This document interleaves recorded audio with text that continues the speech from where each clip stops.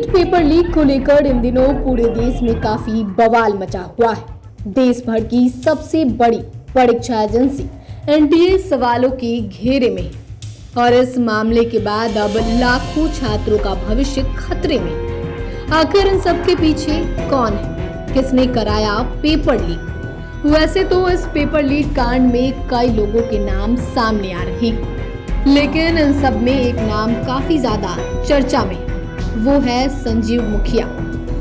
अब तक मिली जानकारी के अनुसार संजीव मुखिया का नाम पेपर लीक के असली मास्टरमाइंड के रूप में सामने आया है। अब आपके मन में सवाल उठ रहा होगा कि आखिर ये संजीव मुखिया है कौन?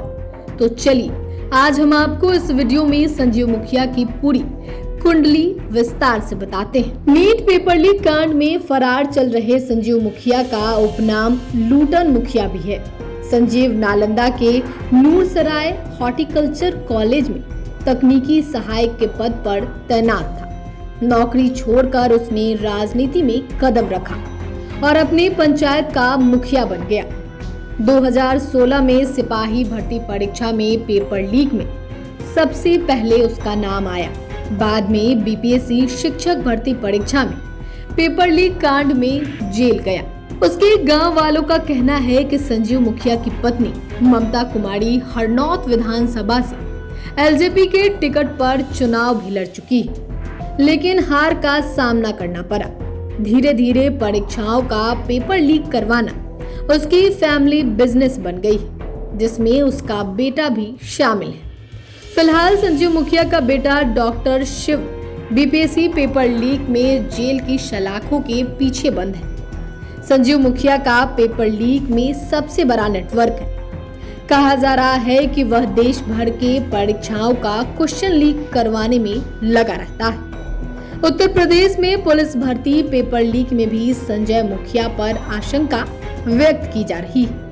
पटना पुलिस और जांच एजेंसी उसकी तलाशी में छापेमारी कर रही। अब सवाल ये भी है कि आखिर क्यों लग रहा है कि संजीव मुखिया का हाथ है इस पेपर लीक में। दरअसल NEET paper leak, UP police भर्ती और बिहार टीचर भर्ती परीक्षा एक दूसरे से मिलती हुई नजर आ रही, जिसमें संजीव मुखिया के खिलाफ सबूतों की कड़ियां जुड़ती जा रही। पहली समानता तो यह कि तीनों परीक्षाओं में पेपर लीक के आरोप लगे। दूसरी समानता यह कि तीनों परीक्षाओं में उम्मीदवारों को सुरक्षित जगहों पर ले जाकर जवाब रटवाए गए। तीसरी समानता यह कि उम्मीदवारों के मार्कशीट, आधार कार्ड, पैन कार्ड और चेकबुक समेत एडवांस पैसे जमा करा लिए गए। और चौथी समानता यह कि पेपर लीक कराने से लेकर पैसे की लेन देन का पैटर्न एक जैसा ही है। गौरतलब है कि नीट परीक्षा का पेपर लीक होने की खबर से देश भर में हंगामा मचा हुआ है। गिरफ्तार आरोपियों ने बताया कि उन्हें परीक्षा से 24 घंटे पहले ही पेपर मिल गया था। उन्हें पेपर हल करके उत्तर भी रटवाए गए थे। इतनी बड़ी परीक्षा का पेपर लीक होना कोई छोटी बात नहीं है। इसमें एक बड़े नेटवर्क और साजिश की आशंका जताई जा रही है। आपको बता दें कि नीट पेपर लीक मामले में ईओयू की टीम जांच कर रही है। पटना पुलिस की तारीफ खुद शिक्षा मंत्री धर्मेंद्र प्रधान भी कर चुके हैं। उन्होंने उम्मीद जताई है कि पटना पुलिस इस मामले में मास्टरमाइंड तक पहुंचने में कामयाब होगी। ईओयू के एडीजी को जांच रिपोर्ट के साथ मंत्रालय में तलब किया है। अब तक की रिपोर्ट और तथ्यों के आधार पर शिक्षा विभाग बड़ा फैसला ले सकता है। अब तक इस मामले में बिहार में 19 लोगों की गिरफ्तारी की जा चुकी है, जिनमें 5 अभ्यर्थी भी शामिल हैं।